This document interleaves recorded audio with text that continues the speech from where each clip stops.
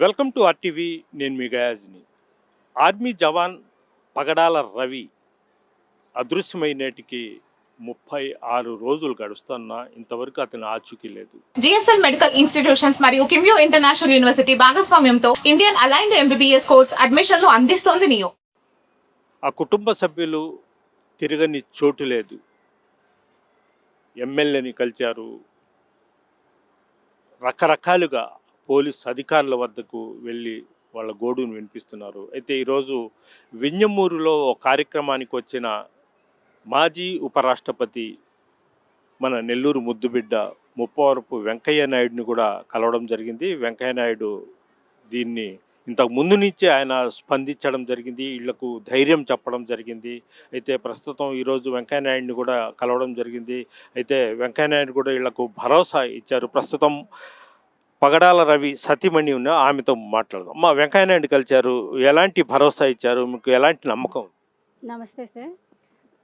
Sir నిన్న నిన్నటి నుంచి మేము చూస్తున్నాము. అంటే ఫస్ట్ సార్ వాళ్ళు ఫస్ట్ నుంచి చూస్తున్నారు. కానీ నిన్న కూడా బీఆర్ఓ హెడ్ క్వార్టర్‌కి పెట్టడం జరిగింది. ఇప్పుడు మాకు భరోసా ఖచ్చితంగా మేము చూస్తాము అని చెప్పారు సార్. సార్ సార్ సార్ మీద మాకు నమ్మకం ఉంది సార్. ఖచ్చితంగా సార్ వాళ్ళే మాకు వెతికి పెడతారని. అదేవిధంగా 15 మంది పోలీసును కూడా ఈరోజు పంపించారంటున్నారు, అది మీకు తెలుసా? సార్ మాకు నైటు తెలిసింది సార్. పంపిస్తున్నారని తెలిసింది. అంటే బెంగుళూరు వెళ్తున్నారా లేదా భద్రకు వెళ్తున్నారా అన్న విషయం మాకు తెలీదు. కానీ ఇప్పుడు ఇక్కడికి వచ్చిన తర్వాత మాత్రం తెలిసింది సార్.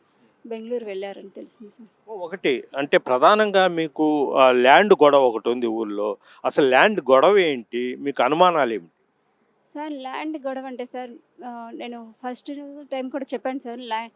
ల్యాండ్ అంటే అక్కడ ఉదయగిరి నియోజకవర్గంలో వరకుంటపాడు మండలం అనేది చాలా పేదరికంలో ఉండే మండలం సార్. అక్కడ తోటలచెరువుపల్లిలో గవర్నమెంట్ ల్యాండ్స్ ఉన్నాయి. ఊరి మొత్తానికి సార్. అంటే ఒకరికని ఏం లేదు సార్. కొందరికి 2 ఎకరాలు అట్లా ఎవరికి అలా వచ్చేసినాయి సార్. అంటే అప్లికేషన్ పెట్టుకున్నారు. రాజశేఖర రెడ్డి హయాంలో ఆ సార్ ఉన్నప్పుడు ఇచ్చారు సార్. అవి 17 సంవత్సరాలు జరిగింది సార్. ఇప్పుడు ప్రెజెంట్‌గా వచ్చి ఇప్పుడు వాళ్ళు మీకు మిలిటరీ కోటాలో ఇచ్చారా, లేదంటే మామూలుగా రాజశేఖర రెడ్డి ప్రభుత్వం తరఫున ఇచ్చారా? ప్రభుత్వం తరపున ఇచ్చారు సార్. 2 ఎకరాలు. 4 ఎకరాలు సార్. అది ఇప్పుడు అదే తోటలచెరువుపల్లికి సంబంధించిన వ్యక్తి మీకు ఎలా వచ్చింది అనే విషయం మీద ఎక్కువ ఇబ్బంది పెట్టడం జరిగింది సార్. ఈ మా భర్త రవి డ్యూటీలో ఉన్నప్పుడు మార్నింగ్ ఏ టైం అయినా కానీ ఫోన్ చేయటం, ఎక్కువ ఇబ్బంది పెట్టడం జరిగింది సార్. అతను మిలిటరీలో పనిచేసి వచ్చాడా? తను మిలిటరీనా, నేవీనా అనేది కన్ఫామ్‌గా తెలియదు సార్. అయితే వర్క్ అయితే చేస్తున్నాడు. తను కూడా గవర్నమెంట్ జాబ్‌లో వర్క్ చేస్తున్నాడు. ఆహ్, అంటే అతను ఏమన్నాడంటే మా భర్త అనేది ఏమంటే ఇంటికొచ్చిన తర్వాత మాట్లాడుకుందాం ఏదైనా ఉంటే. ఓకే. మీ ల్యాండ్ అయితే మీకొస్తే తీసుకోండి అని అంటున్నారు సార్. తన ల్యాండ్ కానప్పుడు తను ఎందుకు అంత ఇబ్బంది పెట్టాలి సార్? తన ల్యాండ్ అయితే కాదు సార్. తన ల్యాండ్ అయితే గవర్నమెంట్ ఇవ్వదు కదా సార్ మాకి. తను అంత ఇబ్బంది పెట్టాల్సిన అవసరం ఏముంది? నేను ఆ విషయమే పోలీస్ వాళ్ళకి చెప్పాను సార్. ఈ విషయం గురించి అతనితోటి మాట్లాడండి, ఎంక్వైరీ చేయండి. ఎందుకంత టార్చర్ చేసినట్టు మాట్లాడాల్సిన అవసరం ఏముంది? మీ యూనిట్ తెలుసు, ఆఫీస్ తెలుసు, అన్నీ ఇలా తనని ఇబ్బంది పెట్టాల్సిన అవసరం లేదు కదా! అంటే అక్కడ ఉన్నప్పుడు కూడా ఫోన్లు చేసి వేధించేవాడా? అవును సార్. ఆ విషయం మాతో చెప్పేవాడు సార్. యూనిట్ అంటే బ్లాక్ అవును సార్. ఇట్లా ఫోన్ చేస్తున్నాడు, ఇట్లా వివరాలన్నీ తెలుసని అంటున్నాడు, ఎంఆర్ఓకి అర్జీ ఇస్తానంటున్నాడు అని మాతో చెప్పేవాడు సార్. ఎక్కువగా ఆ విషయంలో టార్చర్ లాగా పెట్టేవాడు సార్. అక్కడ హెడ్ ఆఫీస్‌లో కూడా కంప్లెయింట్ చేస్తానని బెదిరించాడు ఇది అదంట. అవును సార్. అంటే కంప్లెయింట్ అంటే ఆఫీసర్‌కి చెప్పడం జరుగుతుందని అన్నట్టు చెప్పాడు సార్. నేను చెప్పాను సార్, చెప్పండి మనమేం తప్పు చేయలేదు కదా! మన జాబ్ మనది. మనకు గవర్నమెంట్ ఇచ్చింది. మనం ఎవరి దగ్గర తీసుకోలేదు. ఎవరి ల్యాండ్ కాదది. వాళ్ళ ల్యాండ్ అయితే వాళ్ళ పేపర్స్ ఉండని, ఇంకేమన్నా ఉండని తీసేసుకోమనండి అని నేను గూడా గట్టిగానే చెప్పాను సార్. కానీ ఆ అబ్బాయి ఎక్కువ ఇబ్బంది పెట్టడం జరిగింది సార్. అంటే ఒక అంటే తనకు ఇక్కడ నుంచి వెళ్ళిన తర్వాత ఇక్కడ ఉన్నప్పుడు అడిగి ఉండుంటే మేము కూర్చొని మాట్లాడుకోవడమో ఏదైనా జరిగేది సార్. డ్యూటీకి వెళ్ళిన తర్వాత డ్యూటీలో ఉన్నప్పుడు ఏ టైం అంటే డే టైమ్ అయినా, నైట్ టైమ్ అయినా ఫోన్ చేయటం కొంచెం ఇబ్బంది పెట్టడం జరిగినది సార్. దానివల్ల అనుమానం. దానివల్ల ఏమన్నా అనుమానమైతే ఉంది సార్. తను మేమేమంటున్నామంటే సార్, రవి అంటే మా హస్బెండ్ ఫోను ఎవరైనా ట్రాప్ చేశారా? ఆ విషయం మీద గూడా అంటే ఎవరైనా ట్రాప్ చేసుంటే ఏమన్నా జరిగిందా? ఆ విషయం మీద గూడా పోలీస్ వాళ్ళని చూడమని అడుగుతున్నాను సార్. ఇట్లా ఫోన్ సిగ్నలు మేము 3 డేస్ ఫోన్ చేస్తే ఎత్తలేదు. తర్వాత స్విచ్ ఆఫ్ అయిపోయే ముందు వాట్సాప్ ఓపెన్ అయ్యింది. ఆ విషయం గూడా కొంచెం చూడమని పోలీస్ వాళ్ళని రిక్వెస్ట్ చేస్తున్నాను సార్. ఇప్పుడు ఒకటి రవి జాబ్‌లో ఉన్నప్పుడు డైలీ మీతో ఫోన్‌లో మాట్లాడతాడా? లేదంటే నెలకొకసారి అతనికి ఇష్టమైనప్పుడు చేసేవాడా? సార్, ఆ! సార్ తను గంటకి ఫోన్ చేస్తాడు సార్. ఆ! మాతోటి ఎక్కువ టైం పెట్టారు. చేస్తాడు సార్. గంటకి తిన్నారా? ఏం చేస్తున్నారు? పిల్లలు స్కూల్‌కెళ్లారా? వచ్చారా? హోంవర్క్ రాసారా? పిల్లల గురించి మాకు ఎక్కువ టైం మాకే ఎక్కువ చేస్తాడు సార్. మాకి, వాళ్ళ సిస్టర్‌కి సార్. ఎక్కువ టైం చేసి మాట్లాడడం. తను అంటే డ్యూటీలో జరిగిన విషయాలు ఏవైనా ఉన్నా అన్నీ మాతో కష్టాలు, నష్టాలు మొత్తం చెప్పుకునేవాడు సార్. హ్మ్. ప్రతి విషయం తనదేం దాచుకునేవాడు కాదు సార్. మాతో చెప్పుకునేవాడు. చివరిసారిగా మీతో ఏం మాట్లాడాడు? మీరెప్పుడు మాట్లాడారు? సార్ చివరిసారిగా అంటే ట్రైనే సార్. ట్రైన్‌లో ఎక్కిన అంటే ట్రైన్ ఎక్కిన తర్వాత ఫోన్ చేస్తానన్నాడు సార్. అంటే రిజర్వేషన్ టికెట్ లేనందున తనకి చేయడానికి వీలు లేనట్టు అనిపించింది. నేనే చేశాను సార్. 3కి ట్రైన్ అన్నాడు కదా! ఇంకా ఫోన్ చేయలేదేంటి అనేసి నేనే ఫోన్ చేశాను సార్. అప్పుడు 19వ తారీఖు సార్ జూలై టీసీ సార్ వస్తున్నారు మళ్ళీ చేస్తాను. ఆ ఒక్క మాటే సార్ మాట్లాడిన తర్వాత ఏమీ లేదు. అంతే సార్. తర్వాత తర్వాత నేను ఫోన్ చేస్తే తను లిఫ్ట్ చేయలేదు సార్. అంతే సార్. చివరిగా వెంకయ్య నాయుడు గారు మీద మీకు నమ్మకంతో ఉన్నారు. సార్ ఫస్ట్ టైమ్ మా న్యూస్ చూసి సారే రెస్పాండ్ అయింది. ఫోన్ ఫస్ట్ సార్ ఎవరు కూడా మాకు భరోసాగా మాట్లాడిన వాళ్ళు లేరు. సార్ ఫస్ట్ టైం మాతో మాట్లాడడం జరిగింది. సార్ నేను దీని గురించి మాట్లాడతాను, కనుక్కుంటానని చెప్పడం జరిగింది. ఒరిస్సా గవర్నర్‌తో మాట్లాడి మళ్ళీ మాకు కాల్ చేయడం జరిగింది. ఇప్పుడు కూడా సారే మమ్మల్ని ఈ కష్టం నుంచి బయట వేస్తారని నమ్మకం ఉంది సార్. అమ్మా మీరు చెప్పండి. అదేవిధంగా రవి తల్లి కొండమ్మ ఉన్నారు. మీరు మీ కొడుకు ఎప్పుడు మాట్లాడారు మీకు? మా కొడుకు 2 రోజులు బయలుదేరతాననంగా 12 గంటల రాత్రి దాకా మాట్లాడాను సారు. ఇంక అదే మాటలు వస్తున్నమ్మా అన్నాడు. అంతే ఏం తెలియలేదు. మాకు ఇప్పుడు నెల 35 రోజుల నుంచి ఏడ్చి మేము ఎట్టయిపోయినాము. నా కొడుకు ఎట్టున్నా అన్నం తినపోతే నా కొడుకే కాకపోతే నిద్రపోతే నా కొడుకే కాకపోతాడు. మాకు అది బోళ్ళు పెట్టి టార్చర్కి ఇట్ట అయిపోయినాం. 18 ఏళ్ళ నుంచి నౌకరు చేస్తుంటే ఎందుకు ఇట్ట అయిపోతాడయ్యా? ఎందుకు ఈ పని అవుతాడు?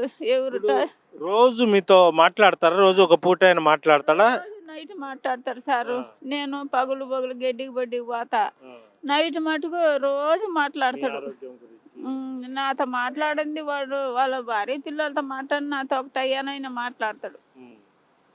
ఇప్పుడు 35 రోజుల నుంచి ఎప్పుడు ఈ విధంగా వెళ్ళిపోవడాలు ఎప్పుడు జరగలేదు. ఎప్పుడు జరగలేదు సారు. వాడు పోతున్నాడు వస్తున్నాడు. అయితే పెద్దగా 10 ఏళ్ళ నుంచి రైల్లో రావటంలే, విమానంలోనే వస్తున్నాడు. మా అమ్మ ఉండదు బెంగళూరులో. ఆమె కాడ దిగేది ఒక రోజు ఉండేది, వస్తున్నాడు. ఇట్టాటి మేసి ఎప్పుడు కాలే మాకు. ఎప్పుడు కాక మాకు భయం వేస్తుంది సార్. మా పిల్లోడు ఏమైండో, ఎవరు ఏం చేసిండ్రో, ఏ దేవుళ్ళ కాడికి పోయినా బంధించిండ్రు, కిడ్నాప్ చేసిండ్రు. బాధల్లో ఉండడు, కష్టాలలో ఉండడు అంటుండ్రు. వాడు కష్టాలలో ఉంటే మేము తట్టుకోలేకపోతున్నాం. ఎవరే పట్టలేకపోతున్నారు సారు. ఎవరైనా కానీ వాళ్ళకు పుణ్యం ఉంటుంది. నా బిడ్డ మాకు తెచ్చిచ్చే, లేకుండా మేము కూడా ఏం చేసాము? మేమేం తిని బతికాము? వాడు రాకుండా మేము బతకలేము. వాడి కోసమే బతుకుతున్నాం. వాడే సంపాదించి పెడుతుంటే తింటున్నాం. మేమేం చేసి బతకాలా? ఈ పోలీసులు ఇంత దూరం పోయిండ్రు కానీ ఏదన్నా అంత చిన్న గ్రూప్ అన్న తెచ్చిండ్రు సార్. మా వాళ్ళు వీడియో తీసి ఆడ దిగింది ఎక్కింది అయ్యమ్మ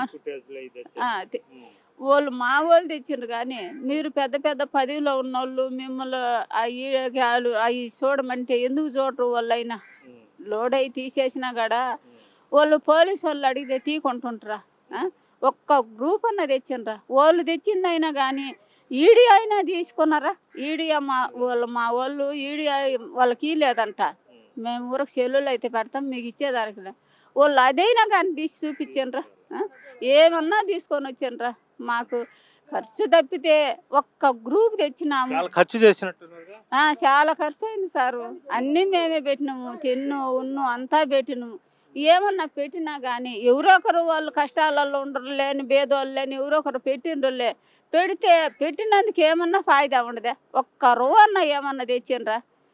మేము ఇంత ఖర్చు పెట్టిండ్రు, మీరు ఇది తెచ్చినము అని ఏమన్నా ఉండదా వాళ్ళు? ఉం? ఏం లేదు సారు.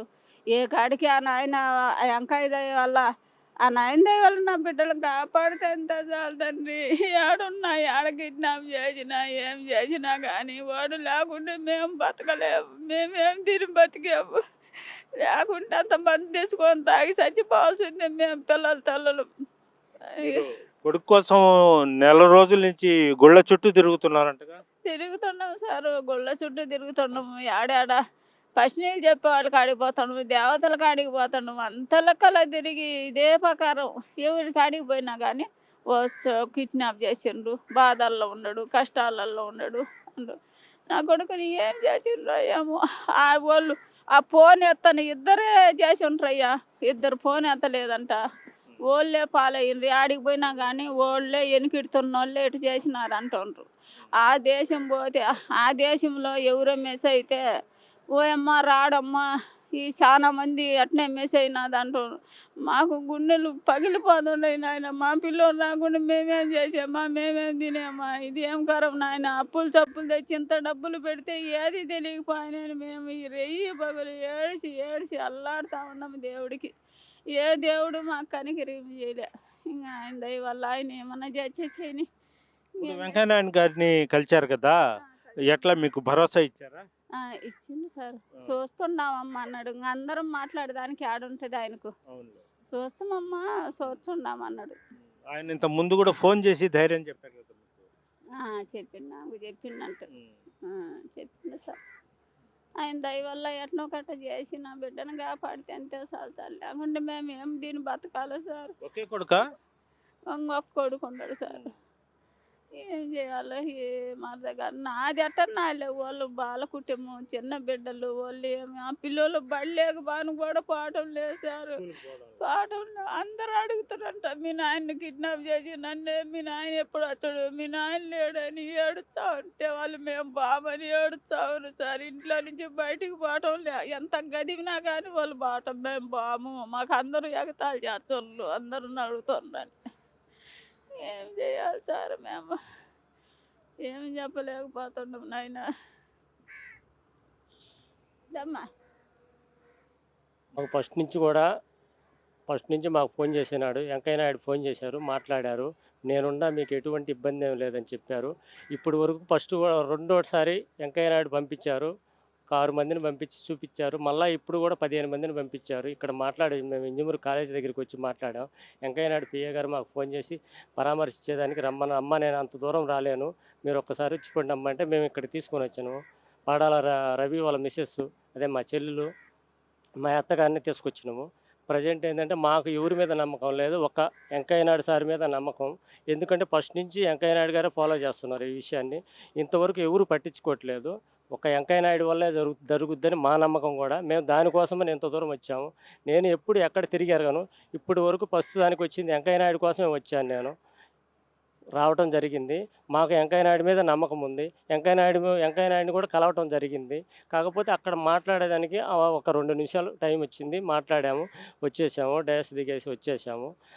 మీకేమి ఎటువంటి ఇబ్బంది ఏం లేదమ్మా, నేను చూసుకుంటాను అన్నీ, ఎప్పుడు భయపడాల్సిన అవసరం లేదు, ఏ అవసరం ఉన్నా ఫోన్ చేయమని ఫోన్ నెంబర్ కూడా ఇచ్చారు.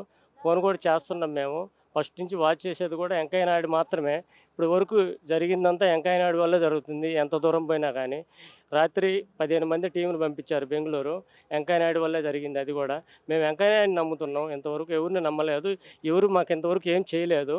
మాకేంటంటే ఫస్ట్ నుంచి కూడా మాకు వెంకయ్య నాయుడే ఫోన్ చేసి పరామర్శించేది, మాట్లాడుతున్నాం. ఫస్ట్ నుంచి కూడా వెంకయ్య నాయుడు వరకే మాకు ఫోన్ చేస్తుంది. సార్ నా పేరు సుబ్రహ్మణ్యం సార్, వల్లభశెట్టి. ఈ పగడాల రవి అనే అబ్బాయి మా బామర్ది అవుతాడు. ఇప్పటికీ 35 రోజులుగా ఆ అబ్బాయి ఆచూకీ తెలియక చాలా ఇబ్బందులు పడుతున్నాం. మా కుటుంబ సభ్యులు కానీ, పోలీస్ యంత్రాంగం కానీ అన్ని విధాలుగా ప్రయత్నం చేసినా కానీ ఇంతవరకు ఎక్కడ ఆచూకీ తెలియలేదు. ఎందుకని ఆచూకీ కనిపెట్టలేకపోతున్నా మాకు అర్థం కావట్లేదు. ఉరగంటపాడు ఎస్ఐ గారు, మన కావలి ఎస్ఐ గారు ఇద్దరు పోయి కూడా ఇన్ని రోజులు టీమ్‌గా ఏర్పడి అక్కడంతా తిరిగి కూడా ఏమి కనిపెట్టలేకపోయినారు. అందుకని ఈరోజు ఇంజమూరు మన వెంకయ్య నాయుడు గారు, మన వేమిరెడ్డి ప్రభాకర్ రెడ్డి గారు, అలాగే మన కాకర్ల సురేష్ గారు అందరూ వస్తున్నారని తెలుసుకొని ఈరోజు ఆ కుటుంబాన్ని తీసుకొని ఇక్కడికి రావడం జరిగింది. వెంకయ్య నాయుడుకి ఒక లెటర్ రూపంలో ఇచ్చినాము రాసి. వెంకయ్య నాయుడు కూడా స్పీకర్‌లో మాట్లాడి ఈ విషయం గురించి చెప్పాడు. తర్వాత కూడా సరే అమ్మా, నేను ఈ విషయం మీద ఫాలో చేస్తున్నాము, మీకు భరోసా ఇస్తున్నాను, నేను అదే ప్రయత్నం ఉన్నామని చెప్పారు. ఇంకా అదే సార్ జరిగింది ఇప్పుడు. ఇది పరిస్థితి. ఈరోజు వింజమూరులో వెంకయ్య నాయుడు ఓ ప్రైవేట్ కార్యక్రమానికి హాజరై ఈ కుటుంబాన్ని కూడా అక్కడ రమ్మనడం జరిగింది. అయితే వెంకయ్య నాయుడు ఆ కుటుంబాన్ని పరామర్శించి అదేవిధంగా వాళ్లకు ధైర్యం ఇవ్వడం జరిగింది. మేము ప్రత్యేక పోలీసులను కూడా ప్రత్యేక టీంలను ఏర్పాటు చేస్తాం, ఒరిస్సా గవర్నరు అక్కడ ప్రభుత్వాన్ని కూడా చెప్పి రవి ఆచూకీ కోసం మనము గట్టిగా ప్రయత్నాలు చేస్తామని కూడా వాళ్ళు గట్టిగా అయితే భరోసా, వెంకయ్యనాయుడు గట్టిగా భరోసా అయితే ఇవ్వడం జరిగింది. వీడియో జర్నలిస్ట్ అల్తాఫ్తో గయాజ్, ఆర్టీవీ, వింజమూరు నుంచి.